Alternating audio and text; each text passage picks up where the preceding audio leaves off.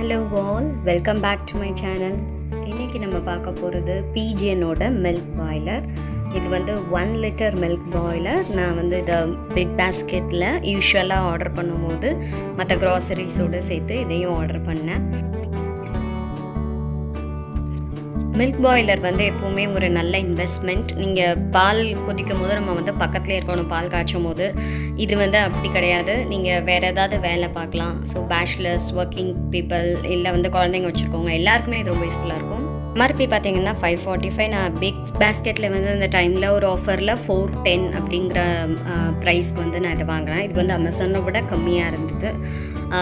Quality நான் இது வந்து ஒரு 1 வீக்காக யூஸ் பண்ணிகிட்ருக்கேன். குவாலிட்டி ரொம்ப நல்லா இருக்குது. அண்ட் பார்த்திங்கன்னா ஹேண்டில்ஸ் எல்லாமே வந்து கொஞ்சம் ஸ்டடியாக இருக்குது. ஸோ அதனால் உங்கள்கிட்ட இந்த வீடியோ ஷேர் பண்ணலாம் அப்படின்னு சொல்லிட்டு நான் அதை போஸ்ட் பண்ணுறேன். பார்த்திங்கன்னா எல்லாமே வந்துட்டு ஹேண்டில், ஸ்க்ரூஸ் எல்லாமே தனித்தனியாக வரும். அது எல்லாமே நம்ம வந்து ஃபிக்ஸ் பண்ணணும்.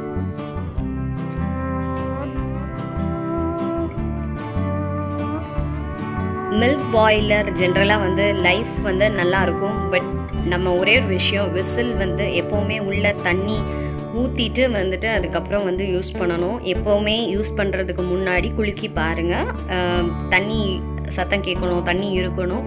ரொம்ப கம்மியாக தண்ணி இருந்ததுனாலும் சீக்கிரமே வந்துட்டு அந்த தண்ணியெல்லாம் எவாப்ரேட் ஆனோடனே அடியில் பிடிக்க ஆரம்பிச்சிடும். ஸோ எப்போவுமே வந்து ஒரே ஒரு விஷயந்தான், மில்க் பாய்லர் நம்ம யூஸ் பண்ணுறதுக்கு முன்னாடி தண்ணி மட்டும் இருக்கான்னு செக் பண்ணிங்கன்னா லைஃப் வந்து ரொம்ப நல்லாயிருக்கும். அண்ட் நம்மளால் வந்து மல்டி டாஸ்கிங் பண்ண முடியும். பால் வச்சுட்டு பக்கத்துலேருந்து பார்க்க தேவையில்லை. சம்டைம்ஸ் நம்ம வேறு ஏதாவது போயிட்டோம் அப்படின்னா மில்க் அப்படி பால் பொங்கி வீணாயிரும்.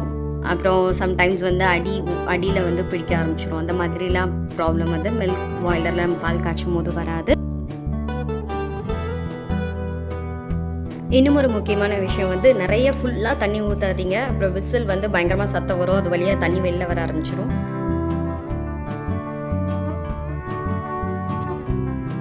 டம்ளர் வச்சும் ஊற்றலாம், இல்லாட்டி அந்த கொடுத்துருக்க கோன் வச்சு கூட ஊற்றலாம்.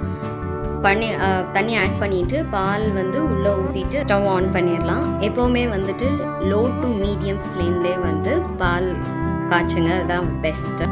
பால் வந்து காய ஆரம்பித்தோடனே விசில் சத்தம் வர ஆரம்பிச்சிடும். அப்போது வந்துட்டு நல்லா சிம்மில் வச்சு காய்ச்சினோன்னா நல்ல பால் நல்லா காய்ஞ்சி வரும்.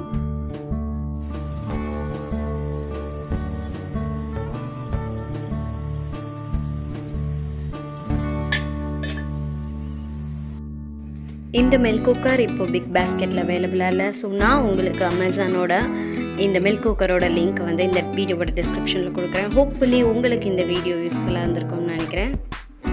உங்களுக்கு இந்த வீடியோ பிடிச்சிருந்தா மறக்காமல் லைக் பண்ணுங்கள், அப்புறம் ஷேர் பண்ணுங்கள், அப்புறம் இந்த சேனலுக்கு சப்ஸ்கிரைப் பண்ணுங்கள். தேங்க்ஸ் ஃபார் வாட்சிங் the video. Bye and take care.